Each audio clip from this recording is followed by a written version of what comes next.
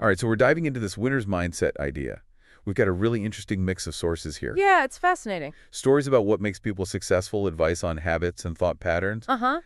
even some warnings about what can trip people up at the top. Yeah, I think what's really cool is we're looking at this from all angles. Yeah, You've got that internal stuff, like believing in yourself, handling setbacks, right. but also the external stuff, the opportunities you get, how your environment shapes you. Oh, absolutely. It's kind of a nature versus nurture debate when it comes to winning. It is. And there's this one story, it really stuck with me, Oh, yeah. about the son of this wildly successful artist. Okay. You'd think that background you'd be set up for success, right? Right. But even with all those advantages, he struggled to find his own path. It really challenges that idea that winners are just born. It does. Shows how important those internal factors are, even when everything else seems perfect. So what are some of those internal factors that make a winner? Well, a lot of our sources emphasize self-belief. Okay. Things like affirmations, visualizing your success, training your mind to expect to win. So you're like programming your brain for success.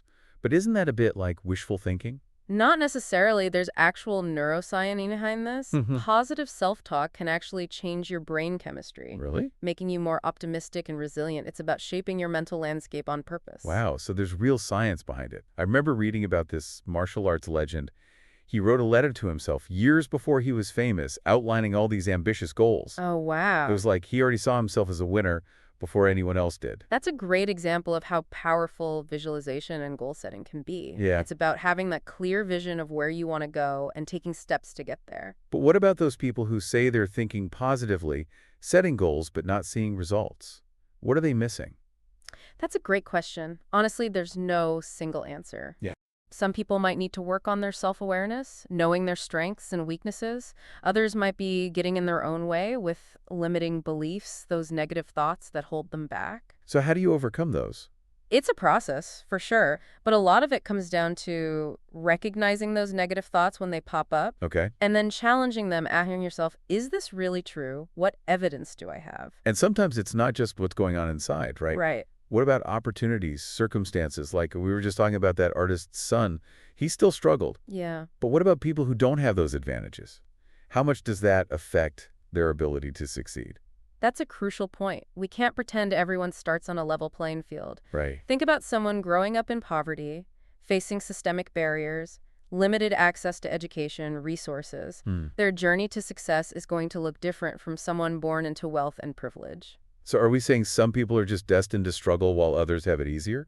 I wouldn't say destined, but we have to be realistic about the challenges people face. Yeah. But I think that's where resilience comes in. Okay. It's about how you navigate those obstacles, how you pick yourself up after setbacks and keep going. So resilience is like that inner strength that helps you bounce back no matter what. Exactly. And we see this time and time again in stories of successful people. Mm-hmm. They've faced challenges, failures, moments of doubt, but they found a way to persevere. Makes me think about all those videos, athletes overcoming the odds, achieving greatness. Oh, yeah. They talk about mental toughness, pushing through pain. Is that what they mean by resilience? It's definitely a part of it. Mental stamina is crucial for overcoming obstacles, Uh-huh. but resilience is also about adaptability, being able to adjust your approach when things don't go as planned. So it's not just gritting your teeth and pushing through. It's about being smart and flexible. Absolutely. And one thing that helps build resilience is learning to view failures as opportunities for growth.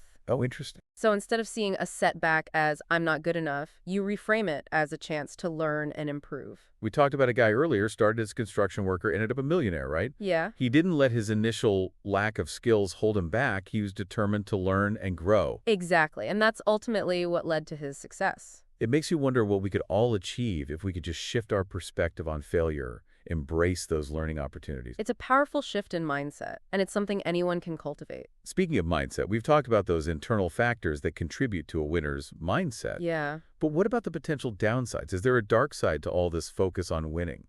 Yeah, that's an important question. And honestly, yes, there can be downsides. Some of the sources talk about how the pursuit of winning, taken too far, can become unhealthy. It can lead to burnout, obsession, even unethical behavior. So it's like anything else. Too much of a good thing can be bad. Exactly. There's a story about a leader, achieved a lot of success, but became so fixated on winning, he lost sight of what was really important, became controlling, demanding, and ultimately, his company suffered. He couldn't let go.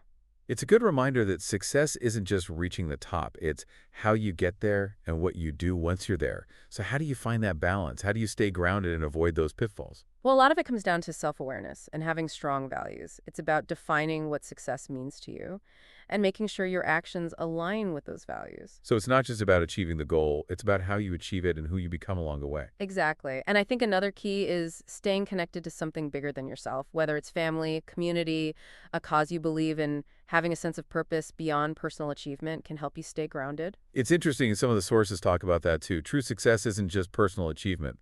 It's about leaving a legacy, making a positive impact. That's a really powerful concept. I think it speaks to finding something you're passionate about, something that drives you to make a difference. Okay, so we've talked about the potential downsides of focusing too much on winning.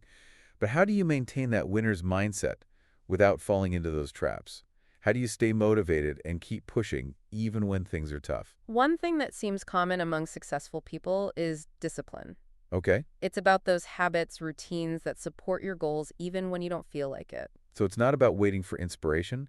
It's about putting in the work day after day, even when it's hard. Exactly. And it's also about being adaptable, willing to learn and grow even when you're already successful. There's that saying, the chains of habit are too light to be felt until they are too heavy to be broken. Hmm.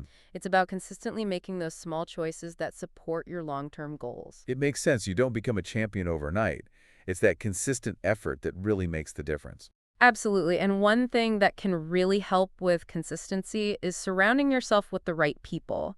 Having a supportive network, friends, family, mentors who believe in you, challenge you, can make all the difference. It's like having your own cheerleading squad pushing you when you want to quit. Exactly. And on the flip side, being around negative people who constantly doubt you, try to hold you back, it can be incredibly draining. Yeah. Important to be mindful of who you allow into your inner circle. So it's not just who you know, it's who you choose to surround yourself with. Exactly. And I think that applies to information you consume as well.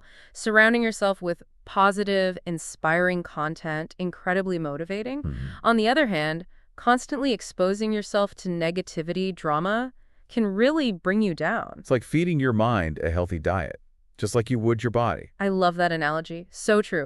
The things we consume, whether it's food, information, relationships, they impact our mental and emotional state.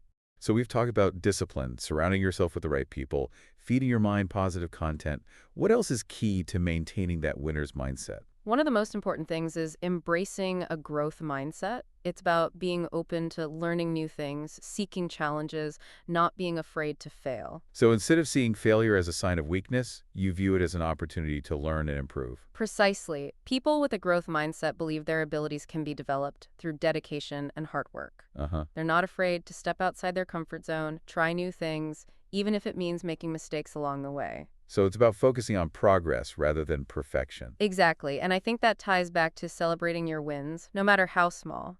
It's easy to get caught up striving for the next big thing and forget to acknowledge how far you've already come. That's a good reminder to take a moment to appreciate the journey, not just the destination. Absolutely. And speaking of journeys, one thing that struck me from the sources is the emphasis on action.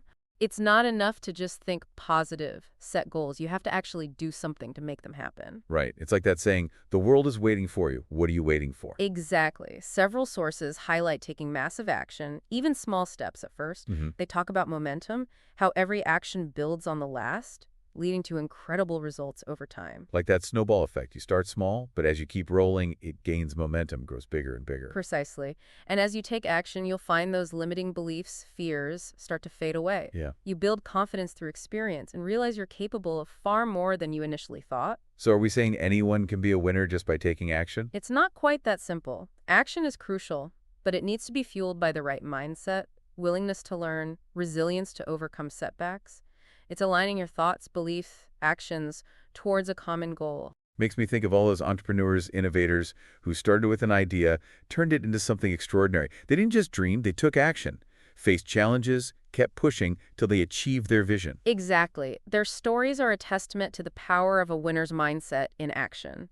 And it's not just about success in business or sports. It's about applying these principles to all areas of life, relationships, personal growth, contributing to your community. So it's about becoming the best version of yourself no matter what your definition of success may be. Precisely. It's about recognizing your potential and relentlessly pursuing it, Positive mindset, willingness to learn, courage to take action. It's inspiring to think what people can achieve when they tap into that winner's mindset.